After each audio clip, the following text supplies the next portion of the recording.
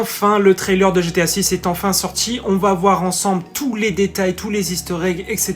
dans cette vidéo par rapport au trailer de GTA 6. Déjà, premièrement, on peut constater que déjà, le personnage principal est bien Lucia et c'est bien un personnage féminin. Ça a été confirmé au final qu'on a eu dans le trailer comme vous voyez à l'image. Aussi, on peut avoir Vice City de confirmé, on le voit dans les images, etc. qui défilent à l'écran. Vraiment, je vous présente carrément le paysage complètement, etc.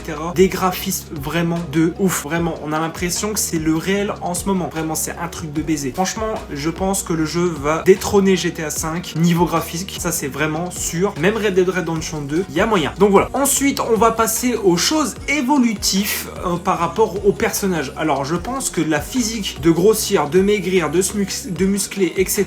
va revenir sur GTA 6 par rapport, on l'avait eu sur San Andreas à l'ancienne. Quand on mangeait trop, on grossissait. Quand on se musclait, bah justement, on était beaucoup plus musclé en faisant du sport, etc. Enfin, ça pourrait sûrement revenir parce que quand on regarde les PNJ, il y a vraiment différentes catégories corporelles vraiment qu'on peut retrouver dans le jeu. Aussi, forcément, tout type de véhicule sera utilisé. Comme on a bien vu dans le trailer, on peut utiliser les bateaux, les hélicoptères, les véhicules, les motos de retour, les quads, etc. Aussi, forcément, retour des customisations de véhicules. Quand on voit en fait au niveau, à un moment, il y a une image où on voit plein de véhicules customisés qui rentrent dans un petit parking et justement, ça va amener à des retours des rassemblements, vraiment des PNJ vraiment qui vont se réunir comme on a sur GTA Online avec le salon LS et le DLC Lowrider. Je pense qu'ils se sont inspirés de ça. Ensuite, on va avoir de nouveaux et des anciens véhicules qu'on voit aussi dans le trailer, comme par exemple la Pegasi en forme de la petite Porsche un petit peu qu'on avait eu sur le jeu. On a la Banshee, on a des nouveaux véhicules qu'on voit vraiment passer infiniment. Vraiment, c'est on dirait une genre de Lamborghini. Enfin bref, il y a énormément de véhicules qui vont arriver et qui s'ils étaient déjà dans les anciens opus. Forcément aussi, tout ce qui est nuit et jour au niveau des PNJ vont être énormément animés. Comme on voit dans le trailer, les boîtes de nuit,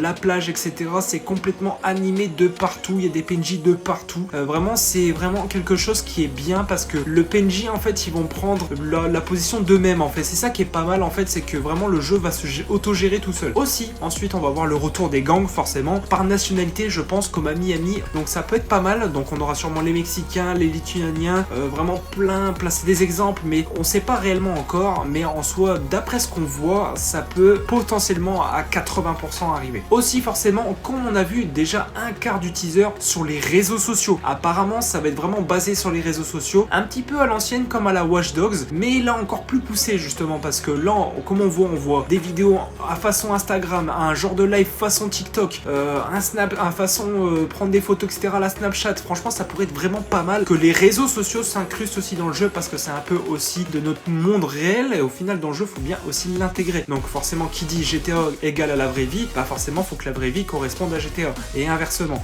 Donc ça c'est plutôt pas mal, on verra un petit peu ce qu'ils vont nous proposer à la sortie de GTA 6. Aussi forcément retour des cascades de véhicules comme on voit un petit peu des festivals, etc. comme on voit avec le Monster Truck dans le fond. Donc ça c'est plutôt pas mal, vraiment dans un truc de boue, etc. Enfin bref, c'est vraiment une scène, il y a tellement d'informations cachées, etc.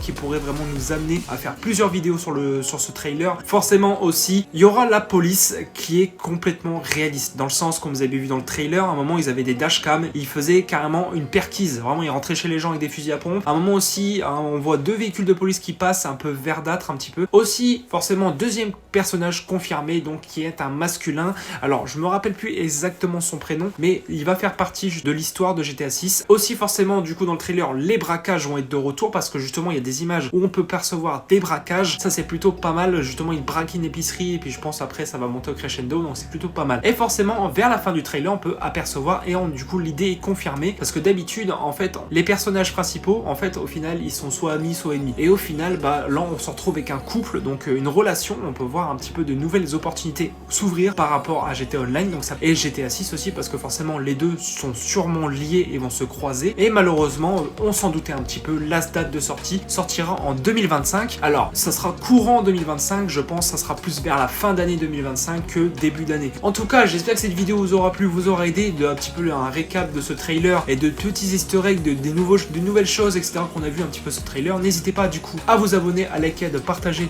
ça fait toujours plaisir. C'était Necro, tout le monde, on se retrouve pour une nouvelle vidéo prochainement.